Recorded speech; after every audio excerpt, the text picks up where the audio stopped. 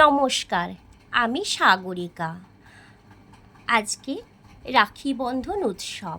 সব ভাই বোনদের রাখি বন্ধনের উৎসবের শুভেচ্ছায় রইল।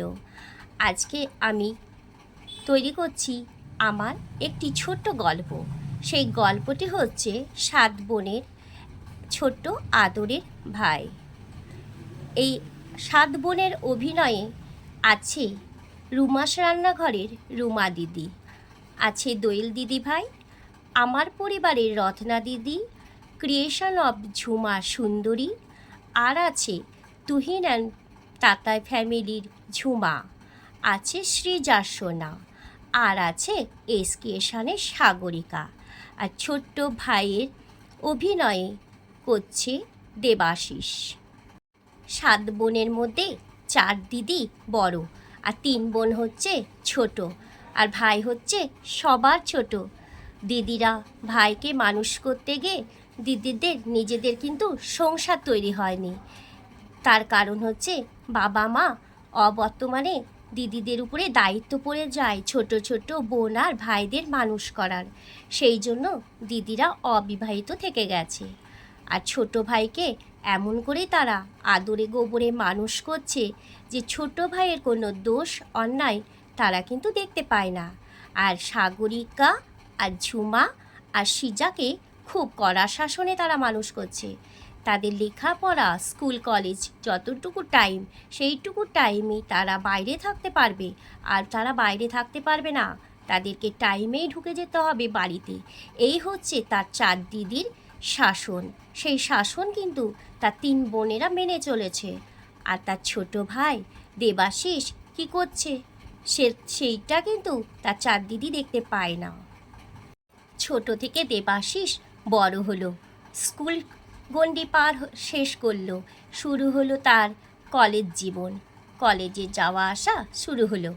কলেজে যাওয়া আসা করতে করতে সে কিন্তু একটু বাচাল তৈরি হয়ে যাচ্ছে, সেটা তার দিদিদের চোখে পড়ছে না। কিন্তু সাগরিকা আর ঝুমা আর সিজা সোনা সবটাই দেখতে পায়, কিন্তু তাদের তো বলার উপায় নাই তার দিদিদেরকে। তাহলেই তো তার দিদিরা তাদেরকে শাসন করবে, ভাইকে কিছু বলবে না। পাড়ার মাথাতে কতগুলো বকাটে ছেলের আড্ডা। সেই বকাটে ছেলেগুলোর মধ্যে রয়েছে গোল্ড ভাই, আর রয়েছে সোনা ভাই, সৌরভ ভাই, রয়েছে তোহা, রয়েছে রাজীব ভাই, আর রয়েছে কিং ভাই। আর সেখানে রয়েছে সাগরিকার আর ঝুমার প্রিয় বন্ধু অজিত। সেও কিন্তু কম যায় না, দেবাশিসের সাথেই থাকে। আর দেবাশিস হচ্ছে তাদের মাথা। দেবাশিস যা বলবে তারাই সেটাই করবে, তারা অন্য কিছু করবে না। আর বাড়ি থেকে এসে দিদিদেরকে দেবাশিস বলবে, বদ্দি, মেজদি ভাই, ছোদ্দি ভাই, ফুলদি ভাই, আমাকে কিছু টাকা দেবে, আজ আমার কলেজে লাগবে। সেই টাকা নিয়ে সে কিন্তু ফুর্তি করছে। সেটা কিন্তু তার দিদিরা চোখে দেখতে পাচ্ছে না, কিন্তু সাগরিকার কানে সব আসে, যেহেতু সাগরিকার প্রিয় বন্ধু তার দলে আছে। রাস্তাতে কোনো বাজে কাজ করলে কেউ যদি বাড়িতে এসে অভিযোগ করে, তখন তার দিদিরা বলবে যে প্রমাণ ছাড়া আমরা আমার ভাইয়ের দোষ দেখতে পাই না, আর আমার ভাইয়ের দোষ দেখার আগে তোমরা তোমাদের নিজের দোষ দেখো, আমার ভাইয়ের কিন্তু দোষ দেবে না। ও বাবা, এত বড় বড় কথা বলে তার দিদিরা ভাইয়ের হয়ে। আর ভাই যে কত বড় বাঁদর তৈরি হয়ে গেছে সেটা তার দিদিদের চোখেই পড়ছে না। করতে করতে দিন চলে যায়, অনেক দিন। একদিন হঠাৎ করে একটা মেয়ে রাস্তা দিয়ে যাচ্ছে, সেখানে দেবাশিস বলছে, হাই হাবিবা, তুমি আমার কলিজার টুকরা হবে। হাবিবা তো দেবাশিসের কথা শুনে একদম প্রেমে পড়ে গেছে, আর তার রূপ দেখে তাকে আর ছাড়তে চাইছে না।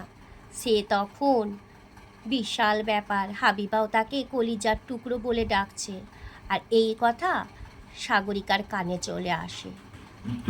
বলছে অজিত বন্ধু আর সোনা ভাই, দেখো তোমাদের ভাই কলিজার টুকরো বানিয়েছে, তোমরা কিছু বলবে না।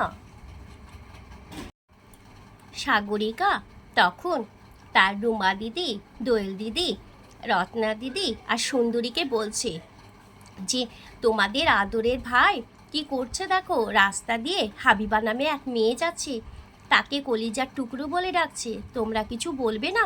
তখন তার চার দিদি বলে, কে কলিজার টুকরো? কলিজার টুকরো হতে দিলে তো হবে। আমরা 7 বোন, আমার আদরের ভাইয়ের জন্য ছোট্ট একটা সুন্দরী মেয়ে নিয়ে আসবো। সে আমাদের কলিজার টুকরো হয়ে থাকবে আমার ভাইয়ের কাছে, হাবিবাকে। আজকে রাখি বন্ধনের দিন, ভাইয়ের হাতে আমরাও রাখি পরাবো। আর ওই কলিজার টুকরোকে ধরে নিয়ে আয় রাস্তা থেকে, দিয়ে দেবাশিসের হাতে রাখি পরিয়ে দে। তখন আমি সেই কথা শুনে আমার বন্ধুকে বলি, ও বন্ধু, হাবিবাকে একবার ডেকে আনো তো আমাদের বাড়িতে। তখন বন্ধু বলে, কি করবে সাগরিকা? তখন আমি বললাম, আমার ভাইয়ের সাথে কলিজার টুকরোর দুটো মনের কথা বলাবো, আমাদের বাড়িতে নিয়ে এসে তুমি নিয়ে এসো। যেই হাবিবা শুনেছে বাড়িতে ডেকেছে, খুব আনন্দ করে হেলে দুলে সেজে গুজে চলে এসেছে দেবাশিসের হাত ধরে, ভাবছে তাকে আমরা ঘরের বউ করে তুলব। আরে হাবিবা, তোমার এই জ্ঞান নেই? আমাদের ছোট্ট আদরের ভাইটা তোমার পাল্লায় পড়েই বাদর তৈরি হয়নি, বাদর তৈরি হয়েছে আমার 4 দিদির জন্য। আর তোমাকে সে বিয়ে করবে তুমি ভাবলে কি করে? তার জন্য আমরা রাজকুমারী দেখেছি গো, রাজকুমারী। সে হচ্ছে আমাদের শিল্পী, তার সাথেই আমরা বিয়ে দেব। তুমি আর আমার ভাই দিকে হাত বাড়াবে না, ভাই হাত বাড়াচ্ছে, তার হাতে রাখিটাই বেঁধে দাও। আজকে যেহেতু রাখি বন্ধন উৎসব, তার জন্য আমার গল্পটি এইটুকুই তৈরি করেছি, বেশি বড় করিনি। আর ঘরে ঘরে এরকম দিদি থাকলে তাদের ছোট্ট ভাই এরকম বাঁদর তৈরি হবে, সেটা সবাই জানে। তার জন্য বলছি, ভাইকে মানুষ করো, ভালোভাবে মানুষ করো, বেশি আদর দিও না, শাসনের জায়গাটাও ধরে রাখো, তবেই ভাইকে ঠিক করে মানুষ করতে পারবে। শুধু ভালোবাসা দিলেই মানুষ হয় না, শাসনের জায়গাটাকে রাখতে হয় ধরে। সেটাই হচ্ছে দিদি আর ভাই বোনের ভালোবাসা। আমার গল্পটি তোমাদের কেমন লাগলো অবশ্যই একটা কমেন্ট করো, আর ভালো লাগলে লাইক শেয়ারও করে দিও। আর আজকের এই গল্পটুকু আমি তৈরি করেছি আমার রুমাস রান্নাঘরে দিদিভাইয়ের জন্য। সেই দিদিভাই আমায় কমেন্ট করে জানিয়েছিল, তোমার ভাইয়ের জন্য তুমি একটা কিছু গল্প তৈরি করো, তোমার ভাই এত এত গল্প তৈরি করছে, তার জন্য এই গল্পটি তৈরি করেছি। আমি জানি গল্পটি খুব ছোট্ট হলেও, সামান্য হলেও হয়তো একটু কারোর মনে জায়গা নিতে পারে। তা এই গল্পে যদি কারোর কিছু ভুল ত্রুটি থাকে সবাই কিন্তু ক্ষমা করে দিও সাগরিকাকে। আমার চ্যানেলে নতুন হয়ে থাকলে বন্ধুরা চ্যানেলটিকে সাবস্ক্রাইব করে পাশে থেকো, আর বেল আইকনটি অবশ্যই টিপে দেবে। সাগরিকা যখনই কোনো ভিডিও আপলোড করবে তোমাদের কাছে নোটিফিকেশন আগেই পৌঁছে যাবে। সবাই ভালো থেকো, সুস্থ থেকো। আজকের মতন টাটা।